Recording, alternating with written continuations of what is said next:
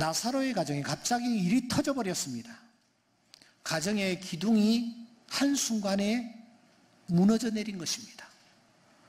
나사로는 그 가정에서 오라버니 이상의 그 무엇이었습니다. 가족들이 다 믿고 의지하고 기대는 그야말로 가정의 큰 힘이었습니다. 그런데 그 가정에 대들보가 주저앉아 버린 것입니다. 여러분, 그 사람이 무슨 질병으로 그렇게 세상을 떠났을까요? 알 길이 없습니다만 대단히 중한 병이었음에 틀림이 없습니다. 그런데 이 소식을 전해 들으신 주님께서 조금도 주저함이 없이 그 병이 그 사람에게, 그 문제가 그 가정에 왜 일어났는지를 말씀하십니다. 다시 말하면 주님께서 진단을 하십니다. 그 진단이 4절입니다. 하나님의 영광 때문이다. 하나님이 영광 받기를 원하시기 때문이다. 완곡한 표현입니다만은 직설적인 표현은 이것입니다.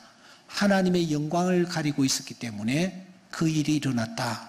그렇게 진단을 내리고 계시다라는 거예요. 이 진단에 이어서 예수님께서는 진단 다음에 해야 할 처방을 주님께서 내리십니다. 그게 15절입니다. 15절에 보시면 이는 너희로 믿게 하려 함이라 그렇게 말씀하십니다. 믿음에 문제가 있다라는 거예요. 그러니까 이 부분을 치료하면 된다라는 것입니다. 이 부분만 치료하면 문제가 해결될 수 있다라는 처방을 내리십니다. 처방을 내리신 주님께서 이어서 그 가정의 문제에 대하여 치료를 직접 하십니다. 팔을 걷어붙이시고 직접 그 현장에 다가가셔서 저들의 믿음의 문제, 영광의 문제를 건드리십니다. 그게 40절입니다. 내가 믿으면 영광을 보리라 하지 아니하였느냐 하시면서 그 아픈 부위를 주님께서 직접 치료를 해주십니다. 이렇게 진단과 처방과 치료가 끝나니까 44절에 드디어 죽은 지 나흘이나 되어 냄새가 나는 나사로가 살아나는 기적이 나타난 것입니다. 여러분, 우리가 이 사건을 그때 그 현장, 그 가정에 나타났던 문제라고 받아들여서는 되지 않습니다. 이 문제는 오늘을 살아가는 나에게 내 가정에 일어난 문제에 주님이 내리시는 진단이요, 처방이요, 치료입니다. 그러므로 오늘 이 한 시간만이라도 우리는 이 하나님의 말씀에 집중해야 합니다. 우리가 지난 4시간에 걸쳐서 이 부분을 놓고 말씀을 나누었습니다만 다시 제가 이 말씀을 들고 서는 이유는 이 말씀이 바로 오늘 나를 향하신 주의 음성이요, 내 가정에 나타난 문제에 대한 주님의 진단이요, 그리고 처방이요, 그리고 치료이기 때문입니다. 여러분, 지금 여러분들은 어떤 문제 앞에 봉착해 있습니까? 여러분의 가정에 지금 어떤 일들이 일어나고 있습니까? 그 문제에 대하여 주님이 진단을 내리십니다. 그 문제에 대하여 주님이 이어서 처방을 하십니다. 그 문제에 대하여 주님께서 치료를 행하십니다. 이 시간 이 주님의 진단과 그리고 처방과 치료를 받아 여러분의 삶 속에 놀라운 기적을 맛보는 은혜가 있을 수 있기를 주의 이름으로 축원합니다. 그러기 위해서는 우리가 말씀에 집중해야 합니다. 예수님께서 그날 그 가정에 관한 소식을 들으셨습니다. 사랑하는 나사로가 중병으로 투병을 하고 있다는 사실을 말입니다. 오죽했으면 그 자매들이 예수님께 급히 사람을 보내어서 이 사실을 알렸을까요? 그런데 그 소식을 들으신 주님께서 어떤 태도를 취하고 계셨습니까? 6절을 우리 앞으로 보면서 한번 읽어보겠습니다. 나사로가 병들었다함을 들으시고 그 계시던 곳에 이틀을 더 유하시고 그렇게 말씀합니다. 6절에서 강조하는 것은 예수님이 들으셨다라는 것입니다. 똑똑하고 분명하게 들으셨다라는 것입니다. 지나가는 그냥 소리로 그냥 적당하게 흘려 들으신 것이 아니라 너무 분명하고 선명하게 주님께서 소식을 들으셨다라는 것입니다. 무엇을 들으셨습니까? 본문에 보시면 나사로가 병들었다 함을 주님이 들으셨습니다. 여러분, 여기 병든 나사로가 도대체 누구입니까? 그에게 심부름꾼을 보낸 마르다와 마리아라는 이 자매는 도대체 어떤 자매입니까? 누가복음 10장 38절에 보면은 마르다는 예수님을 자기 집에 초청을 한 여인으로 소개되고 있습니다. 초청하는 정도가 아니라 자기 집으로 영접했어요. 그리고 그 예수님에게 융숭하게 식사를 접대한 여인입니다.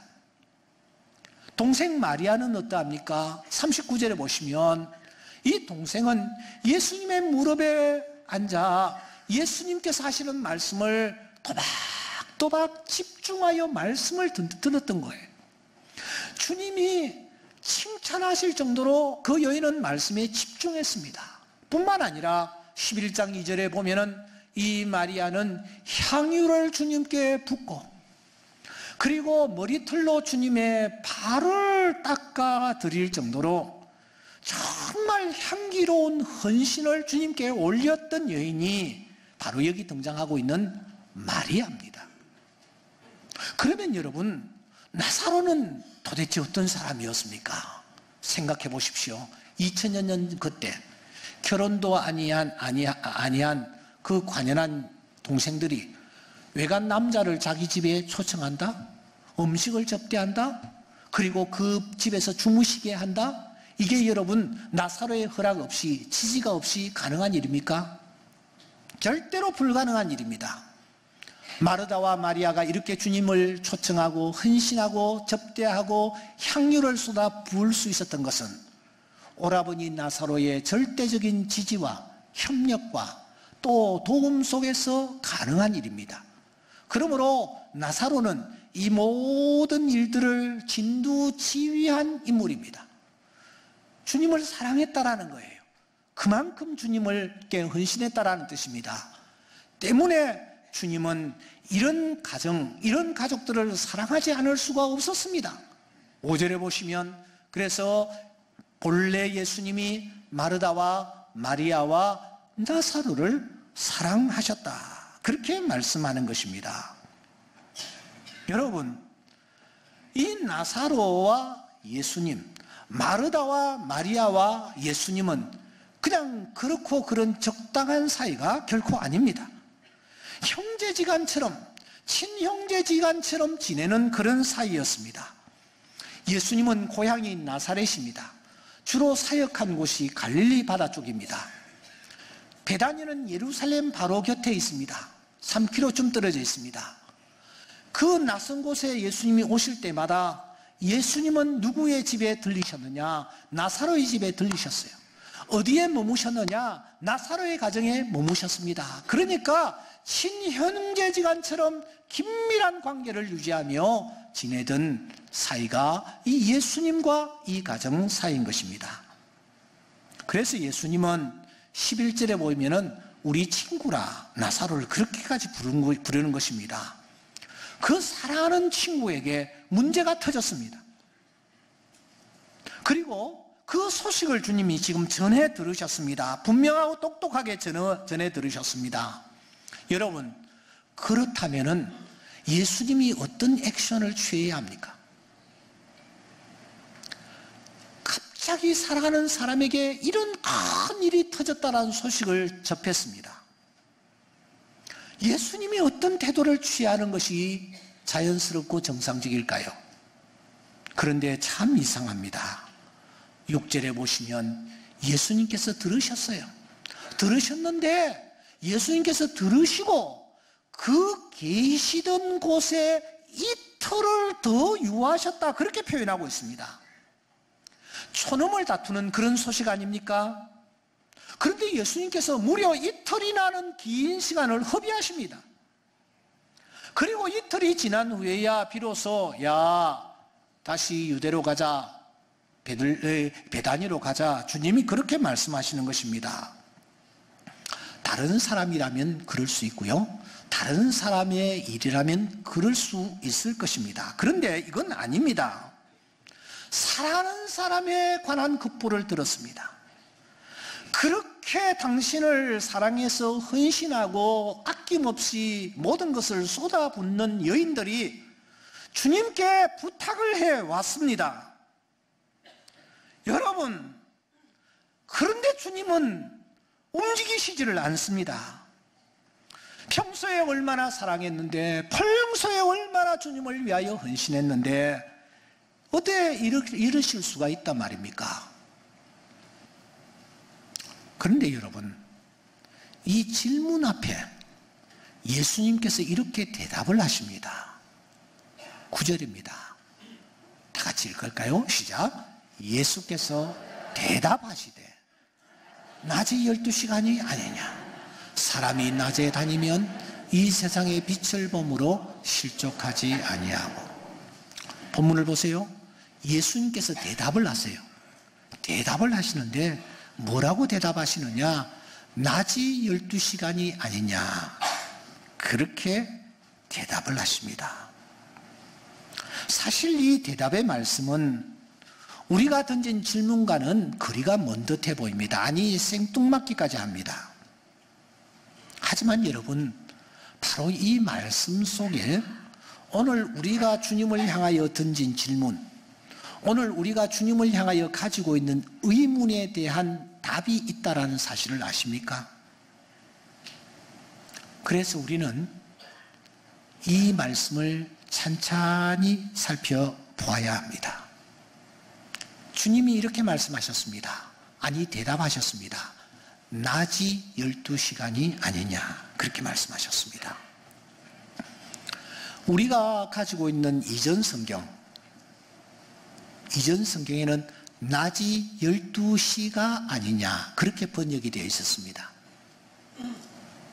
그런데 낮이 12시간이 아니냐, 이 번역이 정확합니다. 우리는 알고 있습니다. 12시가 아니냐라는 말과 12시간이 아니냐라는 말의 차이점을 말입니다. 엄청난 차이점입니다. 12시간이라는 것은 12시각을 뜻합니다. 12시간이라는 말은 12시간, 여기서부터 저기까지를 뜻하기 때문입니다. 예수님께서는 이렇게 말씀하셨습니다. 낮이 12시간이 아니냐. 이게 무슨 뜻일까요? 단순히 낮이 12시간이라는 그런 뜻일까요? 당시의 유대인들은 시계가 없었습니다.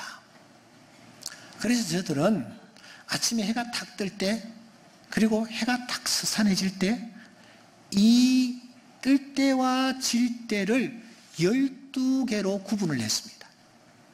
12단위로 쪼개었다라는 거예요. 그러니까 여기 12시간이 아니냐라는 이 말은 낮을 12시간으로 쪼개었다 하는 뜻이 담겨 있습니다. 그런데 더 중요한 것은 낮이 12시간이 아니냐라는 이 말씀은 그 중에서 12번째의 시간 속에 우리가 지금 서 있지 않느냐, 그런 뜻입니다. 그러니까 지금 예수님께서 이 말씀을 하신 시각은 오전도 아닙니다. 환한 대낮도 아닙니다. 마지막 12시간째 되는 그 시각, 이해가 되십니까? 해가 서산에 걸려 있습니다. 잠시 후에는 싹 넘어갈 것입니다. 그 한 시간, 그 마지막 한 시간, 그 한 시간에 서산에 넘어가는 해를 바라보시면서 주님께서 이 말씀을 하신다는 거예요. 낮이 12시간이 아니냐? 그 가운데서 마지막 한 시간을 우리가 지금 보고 있지 않느냐? 그 말씀입니다. 그렇다면 이 말씀은 어떤 의미를 담고 있는 것일까요? 첫째, 12시간밖에 없지 않느냐, 그런 뜻을 담고 있습니다. 지극히 짧다라는 거예요. 눈 깜짝할 사이에 아침에 떴는데 어느 틈엔가 저봐 서산에 걸려있지 않는가. 그리고 잠시 후에는 캄캄한 밤이 찾아올 것이 아닌가, 그런 뜻입니다. 그런데 여기에서의 낮은 그리고 12시간은 단 하루를 뜻하는 것이 아닙니다. 호흡하고 있는 우리 인생의 일생을 지금 말씀하시는 것입니다. 우리의 일생이 지극히 짧다라는 것입니다. 그것은 단 하루밖에 되지 않는다. 아니, 서산에 걸려 있는 것과 다를 바가 없다. 그야말로 하루살이 인생이다. 배틀에 북과 같고 날아가는 화살과 같으며 아침에 맺혀 있는 이슬과 같다. 잠깐 피었다가 시들어지는 꽃과 같은 존재다.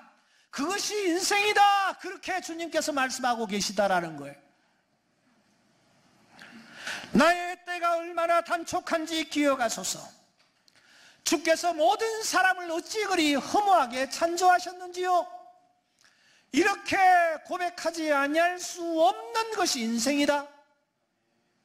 우리의 연수가 70이요 강건하면 80이라도 그 연수의 자랑은 수고와 슬픔뿐이요 신속히 가니 우리가 날아가나이다. 이런 고백을 할 수밖에 없는 것이 인생이지 않는가? 낮이 12시간이 아니냐라는 말씀 속에는 이 뜻이 담겨져 있습니다. 두 번째로, 이 말씀 속에는 하지만 아직도 낮이지 않은가 하는 말씀입니다. 기회가 있다, 살아있다, 호흡하고 있다라는 것은 아직도 기회가 있다라는 뜻이다, 그 말씀입니다. 지금 남아있는 이 시간이 충분히 길다. 우리가 본문을 향해서 세 가지 질문을 던져야 합니다. 아니, 예수님께서 왜 이런 태도를 취하셨던가? 나사로가 죽었다는데, 다른 사람도 아닌 그 살아가는 자가 죽었다는데 왜 이런 태도를 취하시는가? 두 번째로, 왜 이틀을 그곳에 허비하셨는가? 셋째, 하필이면 왜 이틀이었던가? 의문투성입니다. 그래서 우리는 이 문제를 가지고 본문 속으로 깊이 들어가야 합니다. 더 깊이 파고 들어가야 합니다. 우리가 이 6절을 놓고 던져야 할 질문은 몇 가지가 있습니다. 첫째, 이 소식을 어디서 들으셨는가 하는 거예요. 나사로에 관한 소식을 어디서 들으셨는가? 둘째, 당신이 이 소식을 들으셨을 때가 언제였던가? 때가. 세 번째로, 이 소식을 들으셨을 때에 그때 주님은 뭘 하고 계셨던가? 네 번째, 왜 하필이면 이틀인가?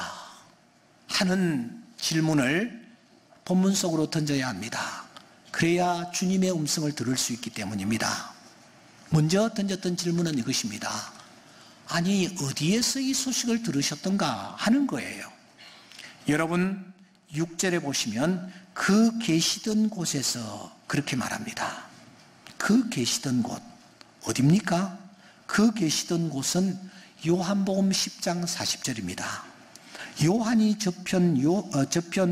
요단강 저편 요한이 처음 세례를 주던 곳, 바로 그곳입니다. 예수님께서 그곳에서 나사로에 관한 소식을 들으셨습니다. 그곳이 어디인가? 요단강 저쪽 베레아 지방입니다. 그곳에서 두 자매가 보낸 사람을 통하여 나사로에 관한 소식을 들으셨습니다. 참고로 베레아와 나사로가 살고 있는 이 베다니와의 거리는 40km입니다. 두 번째, 이 소식을 들으셨던 그때가 언제였던가라는 것입니다. 언제가 중요합니다. 여러분, 17절을 보시면 나흘이라는 숫자가 나옵니다. 39절에 보시면 마르다가 말합니다. 예수님, 우리 오라버니가 세상 떠난 지가 나흘이 되었습니다 라는 말이 등장합니다. 자, 저를 보세요. 나흘입니다. 이틀을 머무셨습니다. 그러니까 이런 추리가 가능하죠. 급히 마르다와 마리아가 사람을 하나 사서 심부름꾼을 예수님께로 보냅니다. 그 예수님은 40km 밖에 있는 베레아에 계십니다. 여러분, 그 당시에 이 40km는 장정이 하루 종일 열심히 달리면 도달할 수 있는 거리입니다. 그러니까 이런 계산이 가능합니다. 이 장정이, 심부름꾼이 예수님께 가는데 하루, 그리고 예수님께서 제자들을 데리시고 그 베레아에서 다시 베다니로 오는데 하루, 그리고 예수님이 이틀을 머무셨다.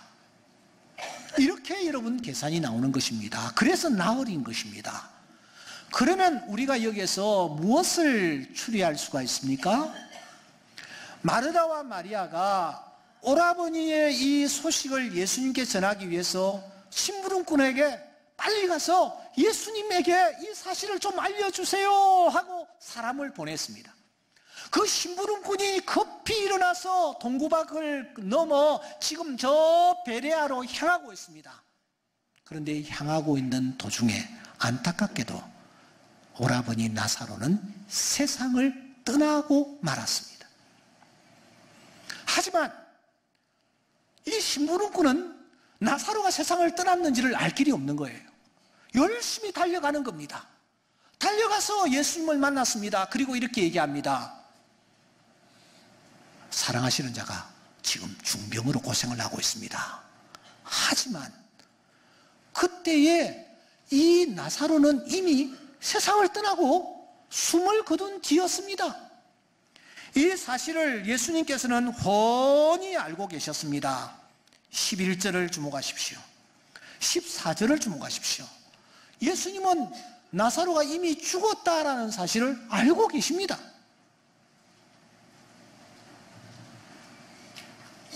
그러니까 그 사람이 왔을 때에는 이미 나사로는 세상을 떠나고 난 뒤였습니다.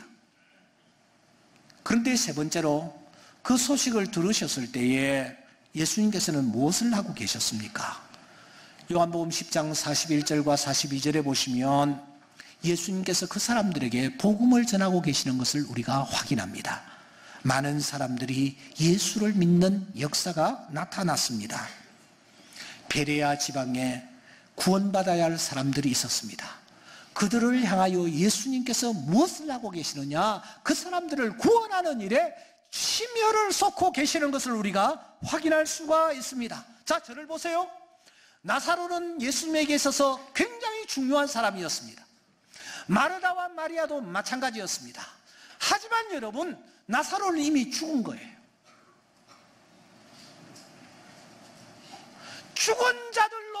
죽은 자들에게 장례를 맡기고 너는 나를 쫓아라라는 말씀대로 나사로는 중요한 사람이지만 죽었습니다. 지금 예수님의 눈앞에는 어떻게 보면 별로 중요하지 않는, 이름조차 없는 평범한 베레아 사람들이 지금 있는 거예요. 하지만 저들을 구원해야 할 사명이 주님에게 있었습니다. 그래서 중요하지만 세상을 이미 떠난 나사로는 뒤에 제껴두고 별로 중요하지 않은 듯 하지만 구원받아야 할 베레아 사람들을 위하여 주님은 지금 생명을 걸어 복음을 전가하고 계시는 것입니다. 왜 하필이면 마지막으로 이틀인가? 이유가 있어요. 여러분 12장 1절에 보면은 6월절 여세 전에라는 말이 등장합니다. 6월절 여세 전에, 이 6월절은 예수님의 십자가 사건을 예표하는 6월절입니다. 예수님은 베레아 사람들만을 위하여 오신 것이 아닙니다. 예수님은 인류를 구원하기 위하여 오셨습니다. 그러기 위해서는 예수님은 예루살렘에 올라가셔야 하고 그 예수님이 예루살렘 성전에 들어가셔서 또 성전을 청결케 하셔야 하고 그 예수님이 천국 복음을 전하셔야 하고 그 예수님이 제자들의 발을 씻기고 그 예수님이 최후의 만찬을 베푸신 이후에 겟세마네 동산에 들어가셔서 땀이 별하여 피가 흩되기까지 기도하시고 그리고 당신이 골고다에서 십자가에 못 박혀 돌아가셔야 할 중요한 스케줄을 역산을 하니 베레아에 머물 시간은 이틀밖에 되지 아니했던 것입니다. 그러므로 이 이틀은 예수님이 베레아 사람들을 위하여 내실 수 있는 시간의 전부였습니다. 가부의 엿전 한입과 같은 중요한 이틀이었습니다. 그 이틀을 혼신의 힘을 쏟아 지금 전하고 계시는 것입니다. 말씀을 정리하겠습니다. 사랑하는 여러분, 결국 주님의 말씀은 이것입니다. 너희들 일에만 너무 관심을 가지고 그것만 크게 생각하고 거기에 골몰하고 그것 때문에 울고 울지 말라는 것입니다. 그 일들은 다 주님께 맡기고 하나님이 기뻐하시는 일이 무엇이냐? 하나님이 원하시는 일이 무엇이냐? 그 일에 진력해 보아라. 간구하지 아니하여도 내가 너의 나사로를 일으켜 세워주마. 하나님께서 말씀하시는 줄 믿습니다. 오늘 이 자리에 참석하신 여러분들에게 이 음성이 들릴 수 있기를 주의 이름으로 축원합니다. 나이 너무 들었다고 여러분 폼 잡지 마세요. 잠시 후에 끝납니다. 건강할 때에, 시간 늘어갈 때에, 물질 허락할 때에 하나님의 일을 먼저 생각하고 그 일에 진력해 보십시오. 하나님께서 나의 문제를 친히 해결해 주시는 기적을 맛보게 되어질 줄 믿습니다.